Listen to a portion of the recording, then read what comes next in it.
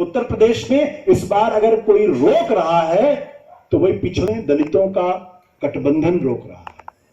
बिहार के अंदर अगर कोई मजबूती के साथ लड़ रहा है तो पिछड़े दलितों का गठबंधन वहां लड़ रहा है, और हमें ऐसे गठबंधन की मदद करनी चाहिए।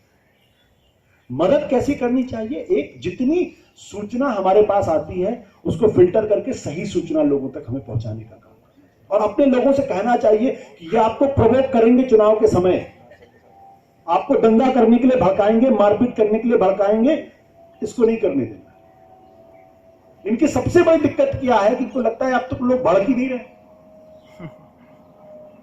तो ये सारी बातें मैंने अपनी किताब में इस बात का जिक्र किया है।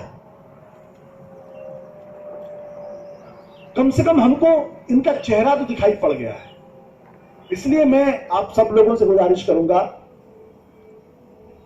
कि अगर मेरी किताब, इसलिए मैं जरूर ये बात कहूंगा, लेकिन इसके अलावा भी जितने आपके चाहने वाले लोग हैं, एक बार इसको पढ़ जरूर लीजिए। 100 लोगों के बीच में एक बार लीजिए और उसको समझने का प्रयास करिए कि दलित क्यों इनके खिलाफ खड़ा हुआ, पिछड़े क्यों इनके खिलाफ खड़े हुए हैं, कठुआ के बलात्कार को क्यों जस्टिफाई करने का काम करते हैं, अखलाक को मॉब लिंचिंग क्यों होती है, कश्मीर में जाके ये सरकार क्यों बनाते हैं, कि गोवा के अंदर बीफ खाना अच्छा है लेकिन दिल्ली के अंदर और दादरी में अगर कोई बीफ खा ले तो उसको जिंदा मार देंगे। केरल के अंदर बीफ को ये सही कहते हैं, बीफ खाने को सही कहते हैं, गोमांस को, लेकिन पड़ोस के कर्नाटक में इसको गलत मानते हैं। ये भी हमको समझना पड़ेगा। ये बहुत रेजिलियंट फोर्स है, बहुत रेजिलियंट फोर्स है। और अंत में मैं इतना जरूर कहूंगा कि ये लड़ाई, जिस 2019 का जो चुनाव है, ये हिंदुस्तान के लिए बहुत अहम लड़ाई है, और हम लोगों को जब भी मौका मिले हम लोगों को जाके वोट करना चाहिए। जो भी आपकी विचारधारा, जैसी विचारधारा हो, जाके अपने वोट की ताकत का एहसास करना चाहिए, क्योंकि 2019 का चुनाव ये तय करेगा कि हिंदुस्तान गांधी के रास्ते पर चलेगा या हिंदुस्तान जिन्ना और गोलवलकर के रास्ते पर चलेगा। अगर उनके रास्ते पर चलेगा तो हमारे जैसे और आप जैसे बहुत सारे लोगों के लिए उसमें सांस लेना मुश्किल हो जाएगा, और मुश्किल ही नहीं, बहुत मुश्किल होगा, हर स्तर पे मुश्किल होगा।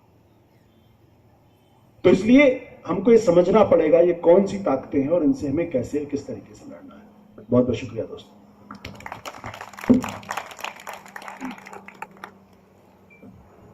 बहुत बहुत शुक्रिया आशुतोष जी की बात रखने के लिए।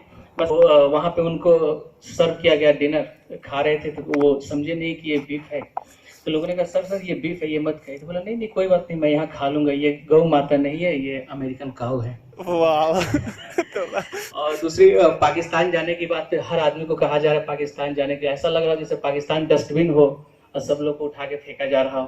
खैर इस बीच हमारे बीच सईदा आ गई है, एक जरूरी मीटिंग के सिलसिले में वो कहीं गई हुई थी, तभी पहुंचे। तो हम लोगों ने अभी इसका इजरा नहीं किया है किताब का, वो नहीं थी इसी वजह से। तो हम लोग अभी एक आशुतोष जी